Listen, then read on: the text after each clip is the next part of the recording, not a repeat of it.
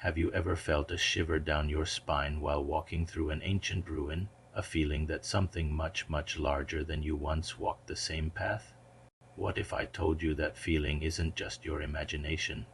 What if the fairy tales of giants weren't fairy tales at all? For centuries, we've dismissed stories of giants as myths, the stuff of folklore and children's bedtime stories. David and Goliath, Jack and the Beanstalk. We know them, we love them, but we don't believe them.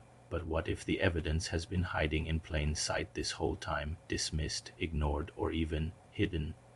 Let's travel back in time, all over the world, from the Americas to Asia, from Europe to Australia. Ancient cultures share remarkably similar legends. They speak of a race of giants, sometimes described as wise and benevolent, other times as fearsome and powerful. The Greeks had their Titans, the Norse had their Getan, the Bible mentions the Nephilim. Are these all just coincidences? Different cultures, separated by vast oceans and thousands of years, all dreaming up the same tall tale?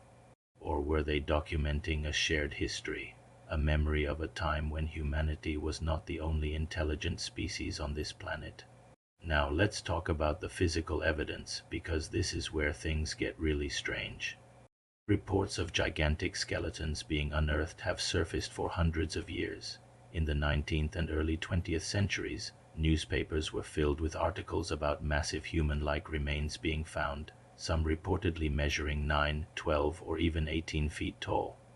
One famous account from 1891 describes workers in Crittenden, Arizona, unearthing a stone sarcophagus containing a human skeleton over 12 feet long.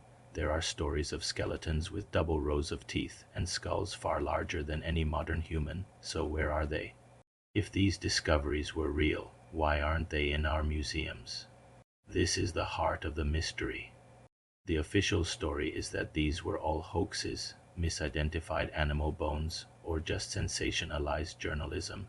And sure, some of them probably were, but all of them? Skeptics say there's no credible scientific evidence, but others whisper of a systematic cover-up, a deliberate effort by institutions to suppress a truth that would shatter our understanding of human history. Why? Perhaps because admitting that a superior, more powerful race once existed would crumble the very foundation of our own story. Consider the megalithic structures scattered across our globe. Places like Baalbek in Lebanon, with its trilithon, a series of 3 stones each weighing around 800 tons, or in Peru, with its perfectly fitted, interlocking stone walls. Mainstream archaeology tells us our ancestors built these with simple tools and sheer manpower. But when you stand before these colossal stones, it's hard not to wonder, could they have had help? Or were the builders themselves colossal? Look at ancient artwork. In Egypt, you can find depictions of pharaohs who are significantly larger than the common people around them. Historians call this hierarchical scaling, a way to show importance. But what if it wasn't just symbolic? What if it was literal? The more you dig, the more questions arise. We have footprints petrified in rock, side by side with dinosaur tracks that are far too large to be human.